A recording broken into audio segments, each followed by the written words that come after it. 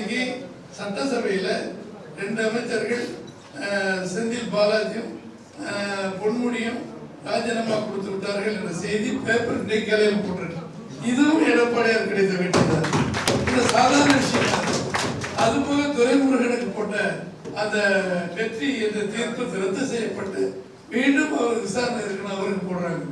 ஐபிக்கு அதே மாதிரி ஒவ்வொரு பத்திரிக்கையும் நீ கெட்ட பேர் எடுத்து அவர்களும் வெள்ளை சட்டையை போட்டு சட்டசபையில நம்மோடு உட்கார்ந்து இருக்கிறார்கள். நிரபராதி ஒரு பக்கம், துரோகிகள் ஒரு பக்கம். இதை மக்கள் பார்த்துக்கிட்டு இருக்காங்க. இது சாதாரண விஷயம் இல்லை தோழர்களே.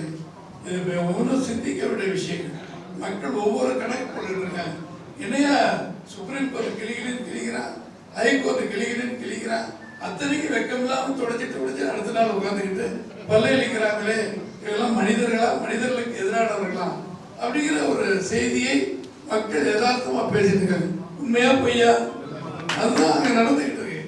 ஆக இன்றைக்கு நாம் எதிர்பாராத எங்க போனாலும் என்னங்க கூட்டணி இல்லாம இருந்தீங்களே, என்னங்க இப்படி பண்றீங்களே, மன வேற வச்சிருக்காங்க, யோசனை பண்ணுங்க, தலைவர்கிட்ட சொல்லுங்க எல்லாம் சொல்லிட்டு நீங்க எல்லாம் சொன்னீங்க. திடீர்னு பார்த்தா டெல்லிக்கு போறாரு, அமித்ஷா பார்த்தாரு, அவரா ஒரு நாள் போட்டு வந்துட்டு எங்களுக்கு தலைவன் எடப்பாடி தான், எங்களுக்கு கட்சி தலைவர் கூட்டணி தலைவர் இது அதிமுக தான் அப்படின்னு போறாங்க. அப்போ நம்ம தலைவர் ஏதாவது பேசுவார் போல பார்த்தா இல்லை. 3 நாள் 4 நாள் கழிச்சு வழக்கம் போல நிருபர்களை சந்திக்கிறாங்க. நிருபர்கள் கேட்கிறாங்க, நீங்க கூட்டணி அவங்களுக்கு எத்தனை தருவீங்க, மத்திய சபையில் கிட கொடுப்பீங்கன்னு. அவர் தான் தெளிவா சொல்லிட்டு போயிட்டார்.